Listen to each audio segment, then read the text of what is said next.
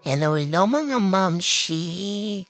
Ayan po, kami ay habang nasa school, naghihintay kami sa mga junakis namin sa school para hindi ma-bored. Kaya napag-isipan po namin ng mga mamshi na gumala dito po sa Iloilo City.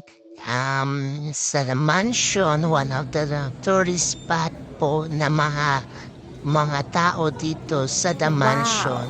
Ayan po na mga nagtingin kami sa mga bilihin, yung mga ano nila, accessories, furnace ang gaganda.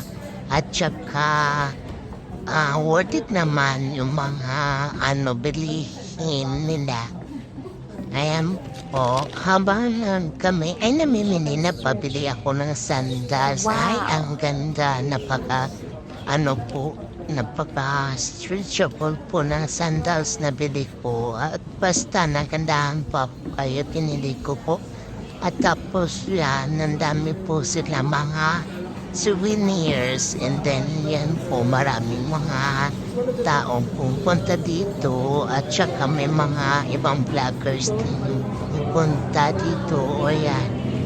Tapos marami rin din mga foreigner pupunta dito sa Iloilo City sa The Mansion. Dito lang po yan sa front ng church sa Molo.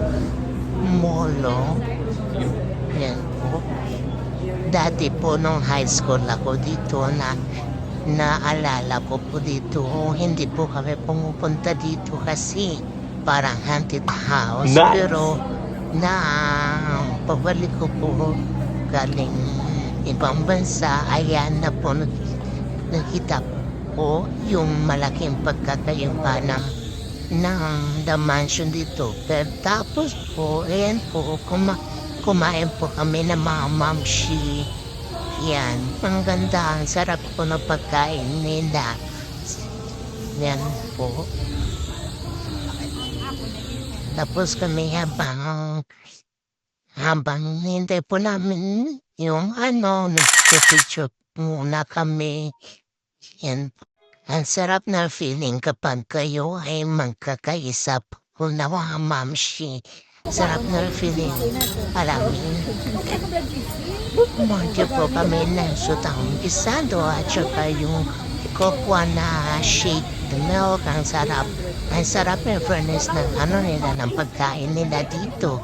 Ayan na po. Buti na lang. Meron po kami treasurer. Kaya siya nagkukulikta. Kulang na lang sa amin, may president saka pero in fairness, nag-enjoy po kami. At saka sarap na feeling na may bago kang mga naka-meet na naging friends mo. Ang sarap ng feeling na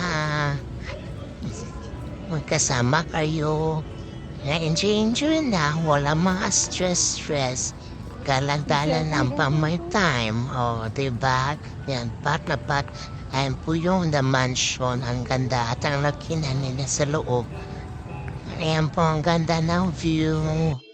Dito sa The Mansion, yung picture muna kami. Tapos kami sa church na napapicture kami sa labas para may remembrance naman. Ayan po, thank you for watching. Bye!